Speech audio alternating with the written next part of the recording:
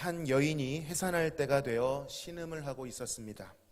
대개 이 출산이라고 하는 것은 분명 축하받을 만한 일이겠으나 이 여인은 안타깝게도 출산이 임박한 그 순간에 엄청난 비보를 듣게 됩니다. 그것은 바로 시아버지와 그 남편이 사망했다는 소식, 또 그가 속해 있는 공동체가 가장 중요하게 여기는 물건을 원수들에게 빼앗겼다라는 소식을 듣게 되었던 것입니다. 이 소식을 듣자마자 충격을 받았는지 이내 몸을 굽으려 해산을 하게 되었습니다. 이 여인은 주변의 위로 소리에 관심조차 보이지 않고 나지막한 소리로 죽어가며 이 아이의 이름을 지어주었습니다. 그 아이의 이름은 이가봇, 영광이 떠났다라는 뜻입니다. 히브리어로 이 이는 없다라는 without이라는 뜻입니다. 카보드는 영광이라는 뜻입니다. 이 여인은 당시 사사이자 대제사장이었던 엘리의 며느리이자 그 아들 비느하스의 아내였습니다. 당시 이스라엘은 블레셋과의 치열한 전투를 벌이고 있었는데 이스라엘 장로들은 패색이 짙어지자 회의를 벌여서 한 가지 대책을 마련하게 됩니다. 바로 하나님의 언약궤를 가지고 와서 앞세우자는 것이었습니다. 그러니까 자신들이 지금 지고 있는 이유가 언약궤를 앞세우지 않아서라고 분석을 한 것이죠. 언약궤만 가져와 앞세울 수 있다면 그 안에 담겨있는 여호와의 임재가 자신들을 승리로 이끌어줄 것이라고 그렇게 생각했던 것입니다. 물론 이것은 전혀 근거가 없는 아이디어는 아니었습니다. 왜냐하면 이 언약궤는 출애굽 시대부터 광야 생활을 통틀어서 하나님께서 임재하시는 좌소이자 상징이었기 때문이죠. 선조들은 이 언약궤를 중심으로 해서 그 광야 생활 가운데서도 살아남았고요. 무엇보다 이 언약궤를 실제로 앞세워서 가나안 전투에서 큰 성읍들을 점령했기 때문입니다. 거기에서 힌트를 얻은 이들은 당장의 실로라고 하는 지역에서 언약궤를 가지고 와 전쟁에 앞세웠습니다. 과거에 그랬듯이 극적인 반전이 일어날 것이다, 그렇게 믿었던 것이죠. 흥분한 이들은 언약궤가 자신들의 진영으로 들어올 때 크게 소리를 지르며 포효하였습니다. 반대로 그 소리에 블레셋 군사들은 이게 무슨 일인가 싶어 두려워하고 움츠러들었습니다. 자, 그렇게 다시 시작된 싸움의 결과 어떻게 되었을까요? 앞선 전투에서는 이스라엘 군사 4,000명이 죽었습니다. 그런데 이제 법궤를 앞세운 전투에서는 어떻게 되었을까요? 무려 3만 명을 무찌른 것이 아니라 3만 명이 죽임을 당했습니다. 이뿐 아니라 여호와의 궤는 블레셋 군사들의 거친 손에 빼앗기게 되었고 엘리의 두 아들 홈니와 비느하스는 전장에서 사망하게 되었던 것입니다. 왜 그런 것일까요? 분명 언약궤를 앞에 세웠는데 언약궤만 진영으로 들어온다면 승리할 것이라고 생각했는데 왜 이들은 더욱 뼈아프고 치명적인 패배를 당한 것일까요? 이런 비슷한 상황이 오래전에도 있었습니다. 여호수아와 그의 장로들이 한 행동입니다. 무엇이 다른지 한번 살펴보시기 바랍니다. 여호수아 7장 6절에서 9절 대부분은 생략하고 중요한 부분만 읽어드리겠습니다. 여호수아가 옷을 찢고 이스라엘 장로들과 함께 여호와의 궤 앞에서 땅에 엎드려 머리에 티끌을 뒤집어 쓰고 저물도록 있다가 이르되 슬프도소이다. 주 여호와여 어찌하여 이 백성을 인도하여, 중략하고요. 끝부분 읽어드리겠습니다.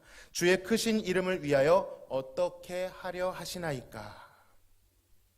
자, 이 장면은 여호수아의 군대가 작은 성읍 아이성 전투에서 이유 모를 패배를 한 직후에 했던 조치였습니다. 그들은 이 패배를 받아들이기 정말로 힘들었습니다. 왜냐하면 바로 직전에 이 아이성과는 비교도 안 될 정도로 크고 견고한 성읍 여리고를 함락시켰기 때문입니다. 여호수아라도 이때는 당연히 승리할 것으로 생각했던 것 같습니다. 그런데 알 수 없는 패배를 당하자 이들은 어떻게 행동하고 있습니까? 똑같이 언약궤를 중요시하고 있기는 한데 무언가 다릅니다. 언약궤를 자신들에게로 가져온 것이 아니라 그들이 어떻게 하고 있죠? 언약궤 앞으로 나아갔습니다. 그리고 그 앞에 엎드려 머리에 티끌을 뒤집어 쓰고 애곡하기 시작합니다. 그리고 하나님께 겸손히 여쭙고 있습니다. 실패의 이유에 대하여 자신들이 벗어난 부분에 대해서 여쭈며 그 실패를 통하여 다시 어디로 돌아오려고 하는 것입니까? 하나님의 임재 앞으로 나아오려고 하는 것입니다. 거룩한 임재 앞에서 자신들이 범죄한 것이 있는지를 살피고 확인하며 슬퍼하며 돌이켜서 다시 하나님의 인도하심이 임하기를 구하고 있는 것입니다. 그러니까 본래 이 언약궤에 약속되어 있는 하나님의 임재는 기계적으로 임하는 것이 아니라 하나님과, 거룩하신 하나님과 백성들 간에 있는 바른 관계 안에서 형성되는 것이었습니다. 자, 그런데 이 한참 지난 사사시대 말미에 있는 이 지도자들은 이들에게는 이것이 빠져 있습니다. 그들의 관심사는 하나님과의 바른 관계가 아닙니다. 하나님이 어떤 분이시며 자신들은 그와 어떤 관계를 맺고 있는지, 맺어야 하는지에 대해서 무지하고 관심이 없습니다. 자신들에 대한 반성과 성찰도 없습니다. 그저 이들에게 언약궤는 싸움을 이길 수 있도록 도와주는 요술 램프와 같은 무기고 도구처럼 여겨집니다. 그저 앞세우기만 하면 능력이 나타나는 마술 지팡이처럼, 붙이기만 하면 애군을 막아주는 것 같은 주술적 부적처럼 생각하고 있는 것입니다. 사실 그들은 왜 자신들이 패배하고 있는지를 모릅니다. 하나님의 임재에 대해, 그의 거룩하심에 대해 무지한 것이죠. 그 시대가 그랬습니다. 말씀이 희귀하고 하나님의 이상이 보이지 않았던 아주 혼탁한 시대였습니다. 사무엘서는 앞서 이 비느하스의 비극적인 아내가 지은 이름 이가봇을 통하여 이스라엘로부터 하나님의 영광이 떠났다라고 고발하고 있는 것입니다. 이것이 이스라엘의 암울한 현실이었습니다. 자, 그 시각 블레셋 진영에서는 흥분의 도가니가 연출되었습니다. 당시 이 민족들 간의 전쟁은 그들이 섬기는 신들 간의 전쟁처럼 여겨졌기 때문입니다. 오래전 듣자 하니 애굽을 심판한 그 거대한 명성을 지닌 여호와라고 하는데 자신들이 섬기는 다곤이 이 여호와를 이겼다라고 떠들어대고 있는 것입니다. 언약궤가 큰 소리와 함께 들어올 때는 긴장했지만 괜히 쫄았네 이러면서 부어라 마셔라 하며 그 밤을 보내고 있었던 것입니다. 그들은 자신들이 노력한 여호와의 임재의 상징 언약궤를 다곤 신전에 두었습니다. 다곤은 블레셋이 섬기는 신 이름입니다. 그러니까 이 언약궤를 승리의 전리품 같이 여기고 있는 것이죠. 여호와를 마치 생포한 것처럼 다곤의 지휘 아래 놓는다는 의미로 모욕적인 처사를 하고 있는 것입니다. 자, 그런데 그렇게 그들이 승리에 도취되어 있던 그날 밤 이 다곤 신전에서는 아주 이상한 일이 벌어지게 됩니다. 다음 날 블레셋 사람들이 신전에 들어가 보니 어떻게 되어 있었을까요? 다곤 신상이 여호와의 법궤 앞에 엎드러져 있었던 것입니다. 마치 모양새가 다곤이 여호와께 절을 하듯 경배를 하듯 굴복하는 모습처럼 보였습니다. 처음에는 불쾌했지만 처음이기도 했고 또 넘어질 수 있다고 생각하고 우연이라고 생각하여 다곤을 다시 일으켜 제자리에 두었습니다. 어떻게 했다고요? 다곤이 일어났습니까? 다곤을 일으켜 세웠습니까? 일으켜 세웠습니다. 아마도 다곤은 인간의 도움을 받아야만 일어날 수 있는 그런 존재였나 봅니다. 우상의 실체인 것이죠.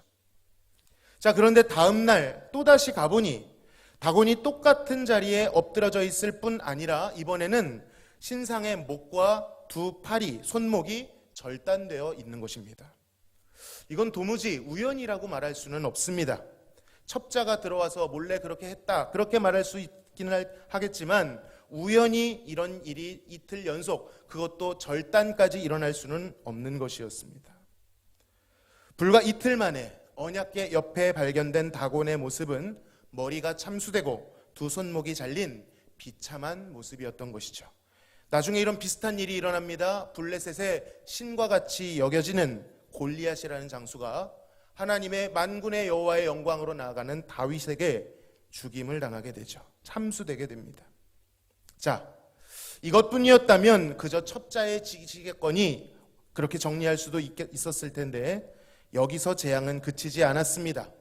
당시 이 다곤을 섬기는 신전이 있었던 아스돗 지방에 악성 종기가 창궐하기 시작했습니다. 전염병이 나기 시작한 것이죠. 큰 고통에 빠진 이 아스돗 사람들은 가드라고 하는 지역으로 이 여호와의 궤를 옮기게 됩니다. 여호와의 궤가 기분이 나빠서 혹은 이상히 여겨져서 옮겨버린 것이죠. 자, 그랬더니 어떻게 되었을까요? 그 옮긴 가드 지역에서 똑같은 전염병이 나돌기 시작합니다. 그렇게 이들은 아스돗에서 가드에서 동일한 그 블레셋 지령인 에그론으로 이 법궤를 옮기게 됩니다.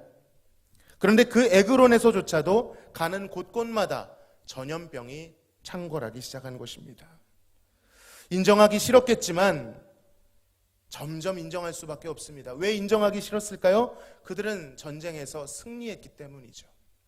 다곤이 이겼다고 생각하고 있는데 이 언약궤로 인하여 재앙이 찾아오니 인정하지 않을 수가 없었던 것입니다. 그들의 평가와는 다르게 사실 이 모든 것들은 거룩하신 여호와 하나님의 심판이었습니다. 오늘 읽지는 않았지만 5장 11절에는요, 하나님의 손이 엄중하게 치셨다라고 표현되어 있습니다. 이것이 히브리어로 카보드입니다. 아까 영광이 떠났다가 이가봇이라고 말씀드렸죠. 그럼 이 가봇은 뭐겠습니까? 하나님의 영광이 없다가 아니라 하나님의 영광을 드러내셨다라는 뜻입니다. 분명 이스라엘에서 영광이 떠났다고 했는데 그 영광은 소멸된 것이 아니라 여전히 존재하고 계셨던 것입니다. 여호와께서는 블레셋 땅에서 그의 거룩한 영광을 드러내셔서 그 이름을 만홀히 여기는 자들을 심판하고 계셨던 것입니다. 자, 그렇게 7개월이라는 시간이 지났습니다. 여전히 사그라들지 않는 재앙 앞에 블레셋은 고통에 빠져 있었습니다.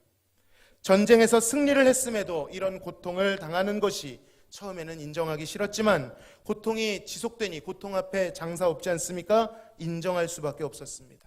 우연이라고 하기에는 이상한 점이 한두 군데가 아니었습니다. 이들은 앞서 이 사사시대의 이스라엘 지도자들처럼 머리를 맞대고 해결책을 찾기 시작합니다. 도무지 하나님으로부터 떠나 있는 자들은 해결책을 찾기 이전에 하나님 앞에 나아가 엎드려야 된다는 생각을 못하는 것 같습니다. 결국 그들은 머리를 맞대고 법궤를 돌려보내야 된다라는 결론을 도출하게 됩니다. 이때 이들은 법궤를 어떻게 하면 안전하게 돌려보낼 수 있을 것인가, 그것에 대해 복술가들에게 조언을 구합니다. 어떻게 보내야 하는지, 어디로 보내야 하는지, 이러한 정보들이 필요했던 것이죠. 그들은 출처는 알 수 없지만 복술가들에게 세 가지의 제안을 받습니다. 첫 번째는 속건제를 드려야 된다는 것입니다. 여러분, 속건제는 무엇입니까? 대물에 대한 잘못, 대인이 아니라 대물에 대한 이웃에게 잘못을 저질렀을 때 그것을 속죄하는 제사이죠. 즉 자신들이 잘못이 있었다라는 것을 인정해야 된다는 것입니다. 두 번째는 그 속죄를 하는 제물, 보상을 해야 되는데 그것을 그들이 그 당시에 당하고 있던 독종의 형상 그리고 쥐의 형상, 자세히 나와 있지는 않지만 아마도 이 전염병은 쥐와 관련이 있었던 것 같습니다. 쥐와 독종의 형상을 금으로 만들어 제물로 보상하라라고 말합니다.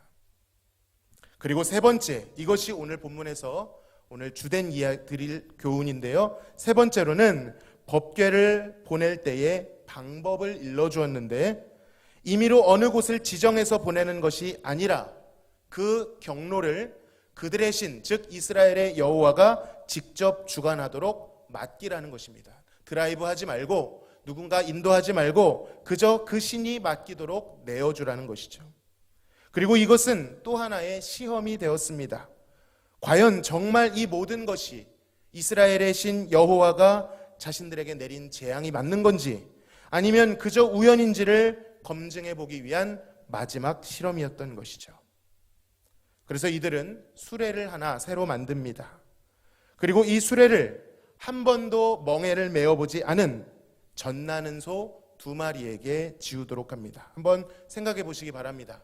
멍에를 한 번도 메어보지 않은 소라면 갑자기 멍에를, 가벼운 멍에도 아닙니다. 법궤가 얼마나 무겁습니까? 뿐만 아니라 그 금신상도 같이 실었죠. 금 독종상과 쥐에 대한 형상도 같이 실었습니다. 엄청나게 무거운 이 법궤를 갑자기 짐지우면 이 소들은 어떻게 할까요? 날뛸 것입니다. 당황해서 한 방향으로, 그것도 누가 인도해 주지 않는 상황에서 진득하게 나아가는 것은 불가능한 일이죠. 또 이 소는 젖나는 소, 즉 암소입니다. 젖이 나는 소라는 뜻은 어떤 뜻일까요? 새끼 송아지를 낳은 지 얼마 되지 않았다라는 뜻입니다. 그러니까 인간에게만 모성애가 있는 것이 아니라 미물, 짐승에게도 모성애가 있고, 이들의 모성애는 지금 어디에 완전히 몰두되어 있다는 뜻입니까? 자기가 낳은 송아지에게로 향해 있다라는 것입니다. 채찍질해서 어떤 방향으로 인도하지 않고 가만히 짐만을 지운다면 이 젖소는 자연스럽게 어디를 찾게 되고 어디를 향하게 될까요? 한번 생각해 보시기 바랍니다. 이스라엘로 가는 것이 쉽겠습니까? 익숙한 땅 블레셋, 그것도 새끼들이 있는 그 우리로 가는 것이 쉽겠습니까? 당연히 익숙한 땅 블레셋에 머물도록 하는 것이 쉬울 것입니다. 바로 이것이 블레셋인들의 의도였습니다. 왜냐하면 지금 사기가 꺾였습니다. 여호와에게 다곤 신상이 참수되었다라는 소문이 돌기 시작합니다. 그런데 이것을 다시 여론을 돌리려면 이것이 우연이었다라고 말하면 됩니다. 그러기 위해서는 설정 자체가 이스라엘로 가기 쉽지 않은 설정을 만들어버림으로 해서 모두가 다시 한번 반전을 도모하기 쉬운 그런 상황을 만들고 있는 것입니다. 자, 그렇게 이 여호와의 법궤를 실은 수레가 출발했습니다. 자, 어떻게 되었을까요? 우리 12절을 같이 한번 읽어보겠습니다. 시작.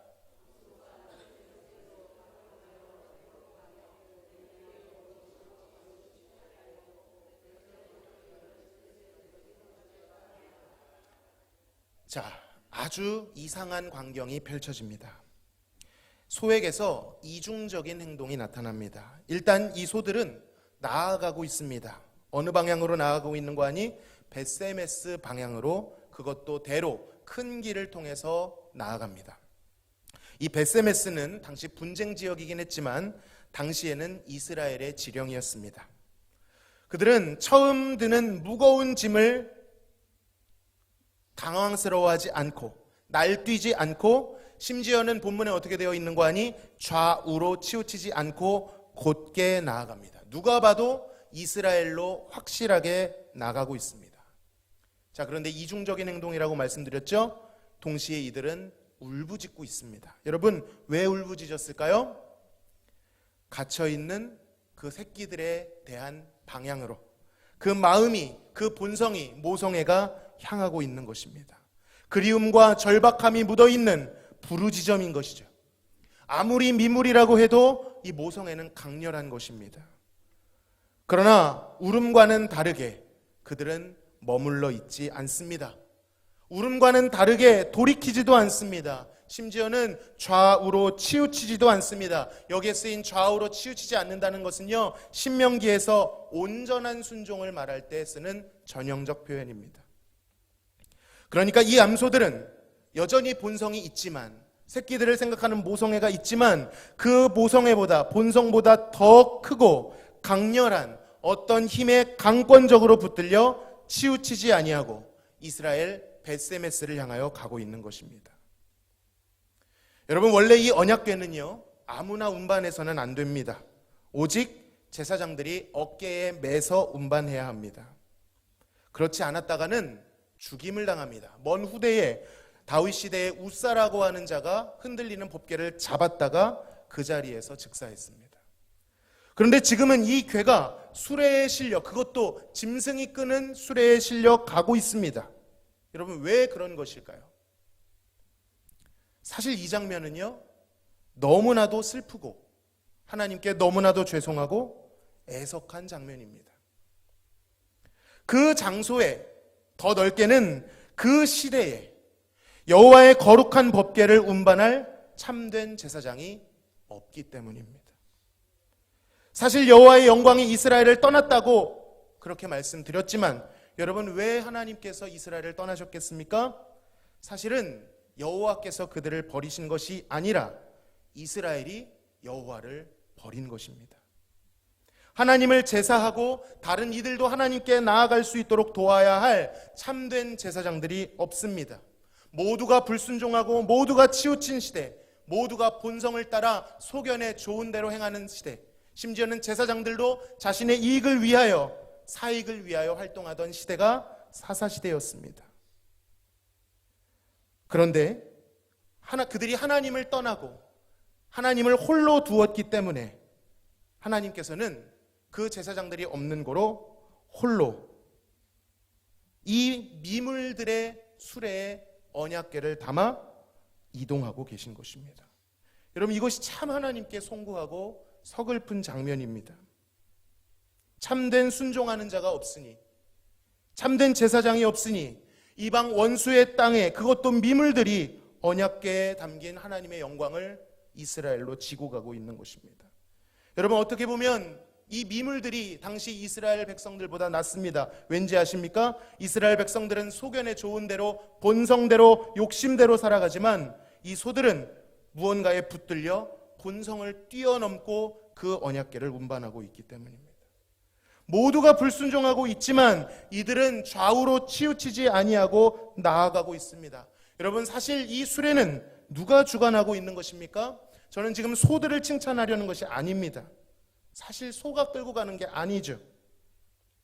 블레셋 사람들은 이 수레의 주관을 여호와에게 맡겼습니다. 그러니까 이 수레를 끌고 가시는 분은 여호와 하나님이십니다. 그 거룩하시고 영광스러운 하나님께서 자신의 영광을 스스로 운반하고 계신 것입니다. 한번 생각해 보시기 바랍니다. 정말 귀한 분이 우리 집에 오셨는데, 우리 교회에 오셨는데 그를 내팽겨치고 관심도 없어 그를 홀대하여 그가 스스로 자신을 의존한다고 생각해 보시기 바랍니다. 이건 말이 안 되고요, 민망하고 죄송스러운 일입니다. 그러나 죄송함과 안타까움은 우리의 몫이고, 그럼에도 하나님께서는 그렇게 하셨습니다. 그리고 바로 이것이 하나님께서 자신의 영광을 돌아오도록 하시는 방법이었다는 것입니다. 그의 영광이 어떻게 다시 이스라엘로 돌아오고 있습니까? 이가봇이 어떻게 다시 카보드가 되고 있습니까? 이스라엘에게 공로가 있습니까? 전혀 없습니다. 이스라엘에게 나아질 소망이 있습니까? 없습니다. 이들이 먼저 긍휼을 구하는 마음으로 블레셋으로 겸손히 찾으러 온 것이 아닙니다. 누가 먼저요? 그 귀하신 하나님께서 홀로 친히 그 수레를 지시고 영광을 운반하십니다. 당시 하나님께서 순종하고 참된 제사를 드린 백성이 없었던 그 시대에 어떤 마음으로, 어떤 심정으로 그분의 영광을 다시 이스라엘로 향하고 있으셨을까요? 이 홀로 끌고 가시는 그 모습이 참으로 죄송스러운 것 같습니다. 그러나 여호와 하나님은 다르십니다. 블레셋의 우상 다곤은 사람이 일으켜줘야 일어설 수 있지만 하나님은 스스로 자신의 영광을 회복하시는 분이십니다. 아무도 없어도 스스로 홀로 능히 감당하시는 열정의 하나님이십니다. 이 암소들은 결국 벳세메스에 도착해서 번제물로 드려지게 됩니다. 그런데 그거 아십니까? 원래 번제는 암소로 드리는 것이 아니라 숫소로 드리는 것입니다. 이들이 얼마나 여호와께 제사하고 여호와를 아는 지식에 있어 무지했는지를 알 수 있습니다. 또 이들이 법궤가 들어오는 것에 만세를 부르며 그 안에 뭐가 들었나, 선물은 없나 호들갑을 떨며 무분별하게 법궤를 열어봤다가 70명이 죽임을 당하게 됩니다. 어느 사본, 한 가지 사본에는 그 앞에 숫자가 더 있다고 합니다. 3만 명이라는, 3만 70명이 죽었다라는 기록도 있답니다. 더군다나 이 벳세메스 지역에는 어느 지파 사람들이 많았을까요? 바로 이곳에는 도피성이 있었습니다. 도피성이 있었다는 것은 그곳에 레위 지파 사람들이 많이 있었다는 것입니다. 여호와를 아는 지식에 있어, 하나님을 제사하는 방법에 있어 누구보다 민감하고 잘 알아야 했던 그들이 미련하게 그 하나님의 영광을 만홀히 여기고 함부로 대했다는 것을 알게 해주는 것이죠. 그리고 레위인들이 그랬다면 그 시대는 어땠을까 가늠해 볼 수 있는 대목인 것입니다. 자, 이 고난주간을 시작하는 종려주일에 왜 갑자기 상관도 없는 이 사사시대 말미의 역사를 끄집어냈는지 의아하실 수도 있을 것입니다. 물론 저도 그 귀하신 예수님을 이방 땅의 미물 따위와 비교하고 싶지 않습니다. 아니요, 오히려 반대입니다. 대조시키고 싶습니다. 오늘 본문을 통해 자신의 영광을 회복시키기 위해 홀로 하나님께서 행하신 이 일이 너무 귀하지만 너무 죄송하고 부끄럽기도 한 이 일이 우리의 마음을 찌를 수 있다면, 여러분, 이것보다 더 극적인 일이 있었다는 것을 믿을 수 있으시겠습니까? 이 일과는 비교도 안 될 정도의 엄청난 일이 있었습니다. 그것은 하나님의 영광에 이르지 못한 자들, 하나님을 모독하고 하나님께 범죄하고 그 영광 앞에 탈락한 자들 때문에 이번에는 소가 아니라 하나님이, 그것도 하나님이 가장 귀하게 여기시는 하나밖에 없는 아들이 그 영광을 회복시키시기 위해 직접 짐을 지셨습니다. 이 암소들은 그저 제법 무거운 수레에 담긴 괴와 금덩어리를 지고 갔을 뿐이지만 그 아들은 모든 인류의 범죄와 그 죄로 인한 저주를, 하나님의 진노를 다 홀로 지셨습니다. 암소들은 억지로 울며 그 길을 꾸역꾸역 갔겠지만 아들은 아버지와 같은 마음으로, 자원하는 심령으로 아버지의 뜻이 나의 뜻이 되어 기꺼이 자신을 드려 희생하셨습니다. 인간의 모든 본성을 이기시고 유혹을 이기시고 모든 것에 좌우로 치우치지 아니하시고 순종하셔서 승리하셨습니다.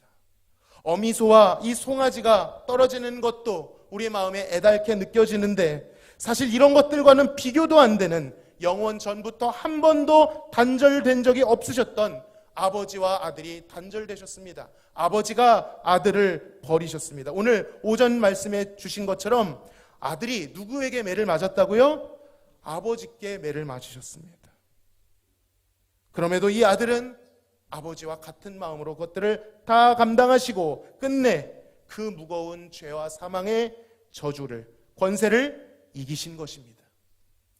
그가 하나님의 구원을, 그 영광을 우리에게로 운반해 오셔서 보이셨습니다. 그의 수레는 사람이 만든 수레가 아닙니다. 그 영광을 보이는 그의 수레는 은혜와 진리였습니다. 그 은혜와 진리 안에 독생자의 영광이 충만하였다라고 성경은 증언하고 있는 것이죠. 물론 이 우리를 향한 고난은 흉내낼 수 없는 것입니다. 오직 그 아들이어야만 했습니다. 예수 그리스도여야만 했습니다. 우리가 그 고난을 대신할 수는 없습니다. 그러나 이번 고난주간을 맞이하여 우리 아버지 하나님과 아들 예수 그리스도께서 우리를 위하여 행하신 일이 무엇인지를, 우리를 향하여 그 일을 행하시기까지의 마음은 무엇인지를, 얼마만큼 깊고 넓은 사랑인지를 우리는 마땅히 묵상해야 할 줄로 믿습니다. 그 아버지 안에서 이 사랑이 확증되었으며 성령께서는 그 사랑을 우리 마음 가운데 부어주시겠다고 약속하셨습니다. 약속하셨는데 우리가 그 주님께 주목하지 아니한다면, 그분의 고난을 우러러보지 아니한다면 하나님이 얼마나 슬퍼하실지 다시 한번 우리의 마음을 돌아보게 되는 것입니다. 비록 우리가 대신할 수 없는 고난이었겠지만 이제 그 고난으로 인하여, 예수 그리스도로 인하여 구원을 받은 우리들은 예수 그리스도의 고난에 동참하게 될 줄로 믿습니다. 그분의 공로만을 의지하여 나아가는 자들은 이제는 예수 그리스도께서 우리를 구원하셨으니 우리도 그와 같은, 왕과 같은 제사장, 왕을 위한 제사장이 되어 예수 그리스도의 영광을 온 세상 가운데 나르는 귀한 청지기로 부름받게 된 줄로 믿습니다. 이번 한 주간 그렇게 주님께 말씀과 기도로 집중하셔서 고난과 부활에 동참하시는 귀한 한 주 되시기를 간절히 소망합니다. 찬양하시겠습니다. 주보에 나와 있는 찬양을 하려고 했다가 다 같이 아는 찬양을 고백하는 것이 좋을 것 같아서 찬양을 변경했습니다. 예수님 그의 희생 기억할 때 우리 가사를 생각하시면서 익숙해지지 않도록 이 복음이 우리의 영혼을 울리는 한 주 되게 하여 달라고 기도하며 찬양하시겠습니다. 예수님 그의 희생 기억할 때, 예수님 그의 희생 기억할 때, 자기 몸 버려 죽으신 주, 나 항상 생명 주신 그 은혜를 마음에 새겨 봅니다. 다시 한번, 예수님 그의 희생, 예수님 그의 희생 기억할 때, 자기 몸 버려 죽으신 주, 나 항상 생명 주신 그 은혜를 마음에 새겨 봅니다. 주 달리신 십자가를, 주 달리신 십자가를 내가 볼 때, 주님의 자비 내 마음을 겸손케 해. 주께 감사하며 내 생명 주께 드리네. 이제는 저 높은 곳에 앉으신, 이제는 저 높은 곳에 앉으신 하늘과 땅의 왕 되신 주, 나 이제 놀라운 구원의 은혜 높여 찬양하리라. 높여 찬양하리라. 높여 찬양하리라.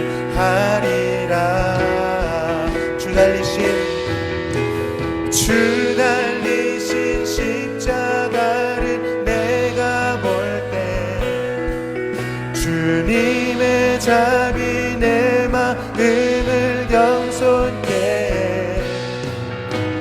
주께 감사하며 내 생명 주께 드리네. 주 달리신 십자가를, 주 달리신 십자가를 내가 볼 때, 주님의 자비 내 마음을 겸손케 해. 주께 감사하며 내 생명 주께 드리네. 다시 한번, 주 달리신 십자가를, 주 달리신 십자가를 내가 볼 때, 주님의 자비 내 마음을 겸손케 해. 주께 감사하며 내 생명 주께 드리네.